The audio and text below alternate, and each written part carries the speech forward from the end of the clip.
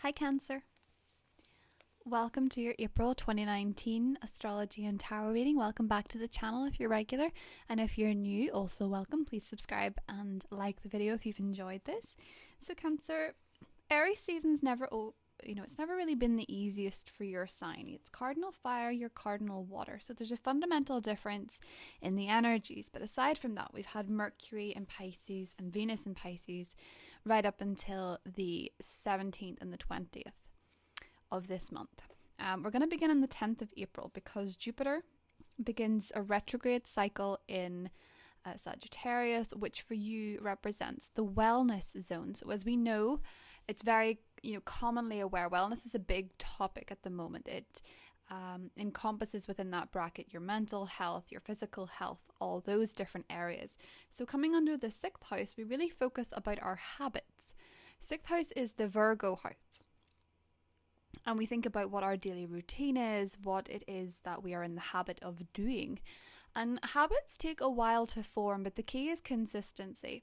The 6th house wouldn't be one of those houses where you go in and change absolutely everything about your life, thinking that that is the ideal thing to do. It's not suddenly going to a really, really high intensity workout class, cutting 1,000 calories out of your diet type energy. It's more making little changes and habits that contribute to your overall health, because it's the consistency is what's going to be key here, particularly with a retrograde motion.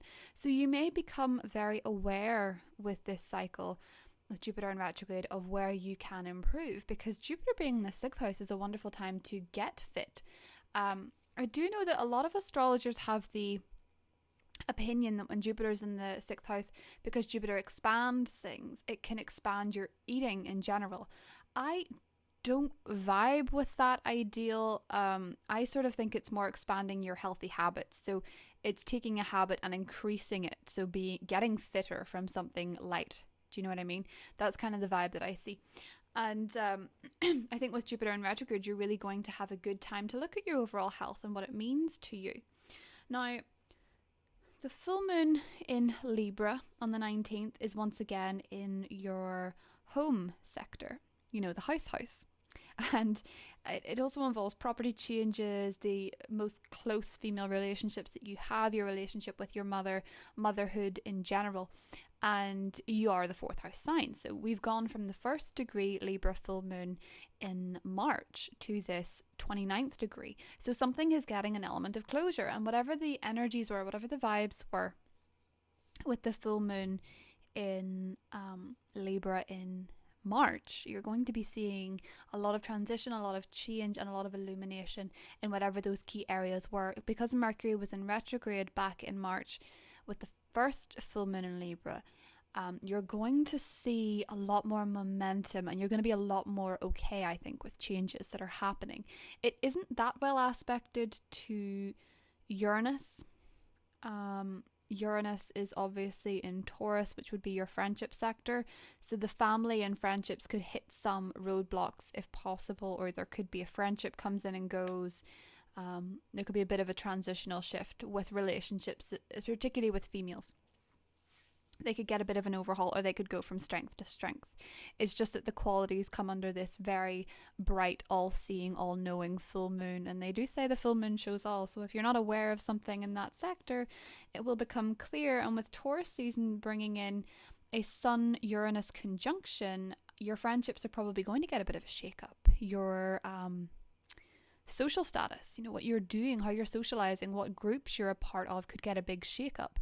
Or you could find a new friend. You could get new friends under this aspect that are very exciting and very free-thinking, and they sort of wake you up to different ways of seeing things, and give you a fair bit of excitement. So that's a good thing.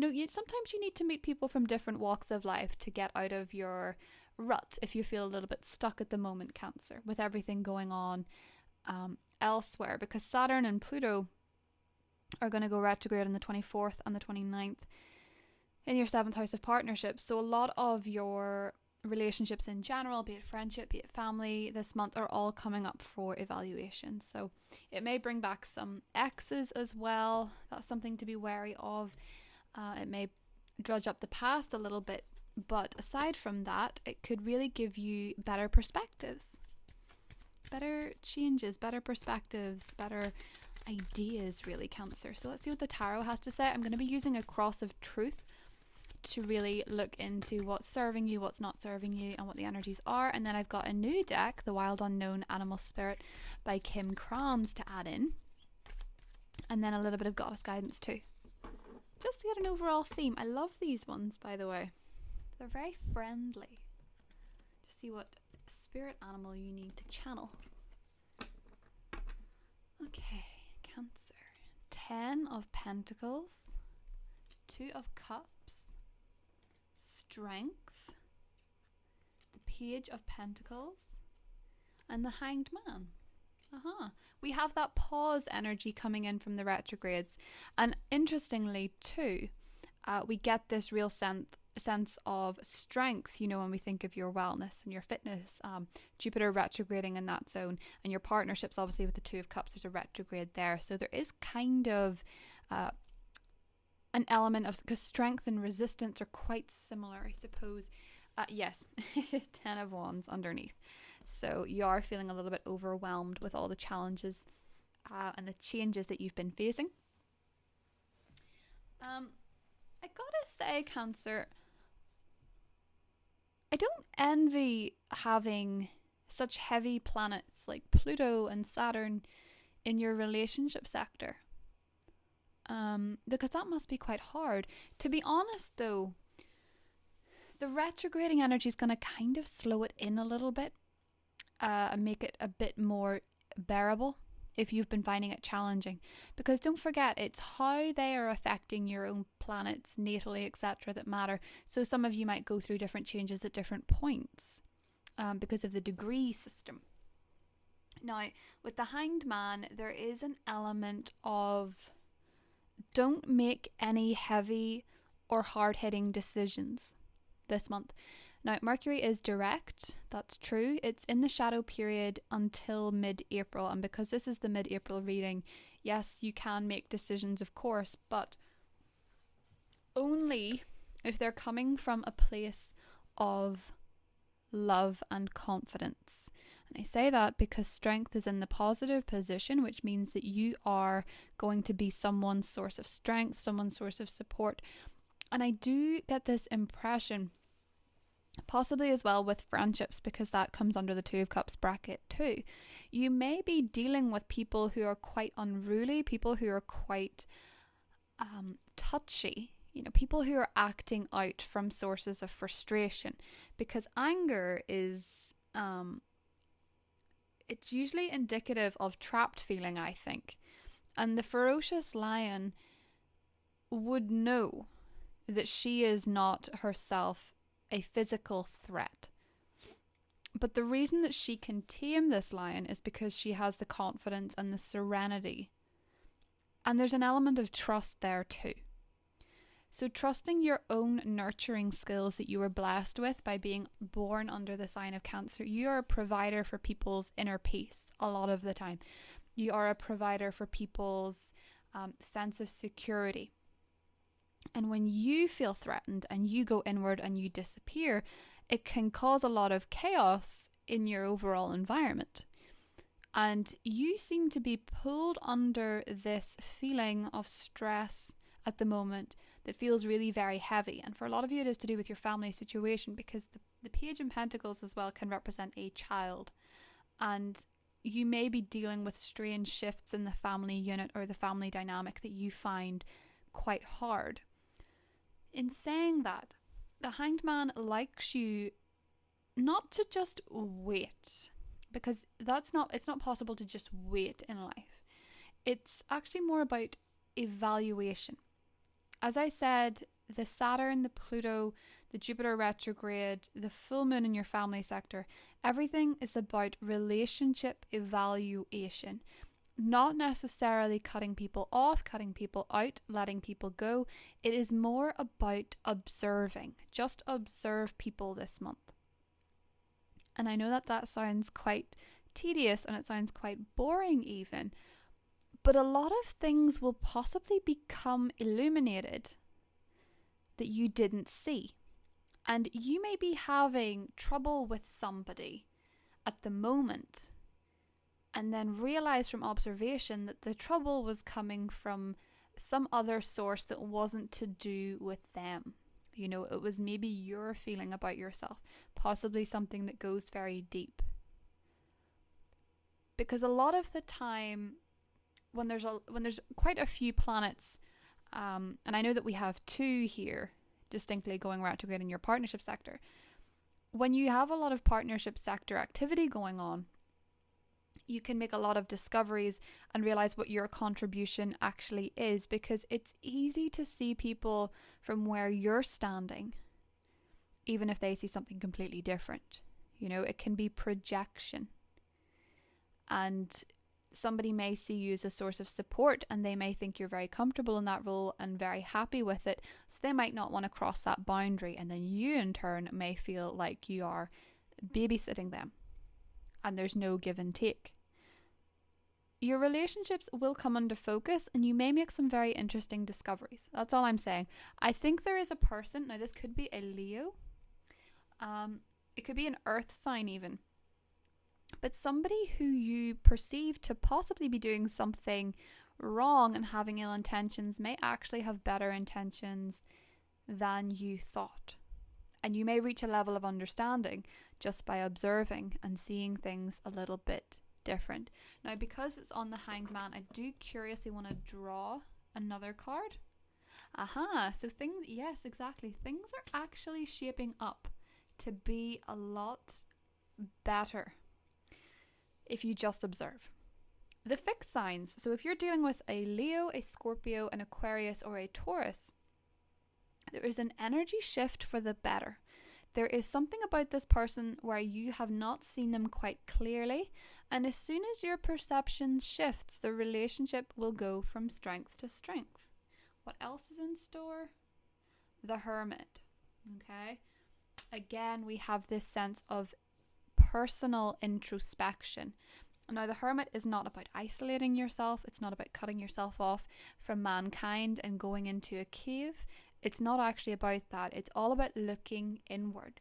You can do your day-to-day activities with the people you work with, your family, your friends, your spouse, your lover, etc., and still have a hermit mentality by looking inward and really assessing, you know, what is going on with me, and again, what's going on with everybody else.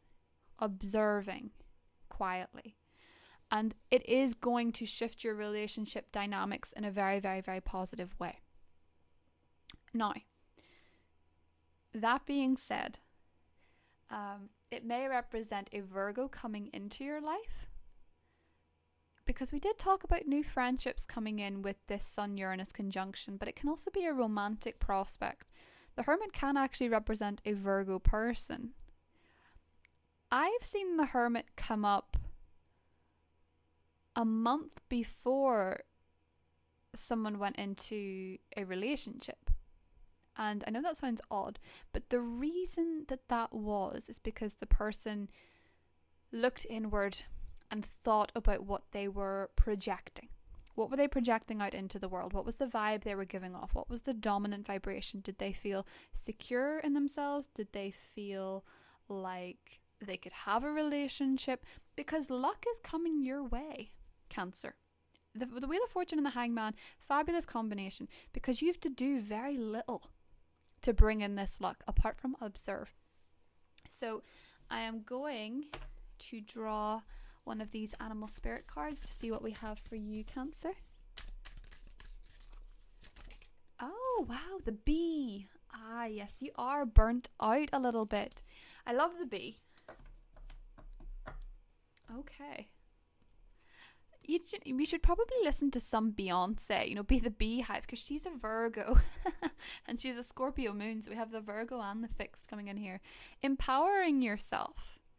Empowering yourself. The bee is one of those people who loves to be busy. You know, the concept, the typical busy bee mentality. Keeping yourself busy, keeping yourself occupied, but still being able to have that observation from flight. You know, being able to see things from the air while you're working. The bee represents as well, if you are burnt out, in taking a break and letting yourself rest, because we had the 10 of Wands earlier too, Cancer.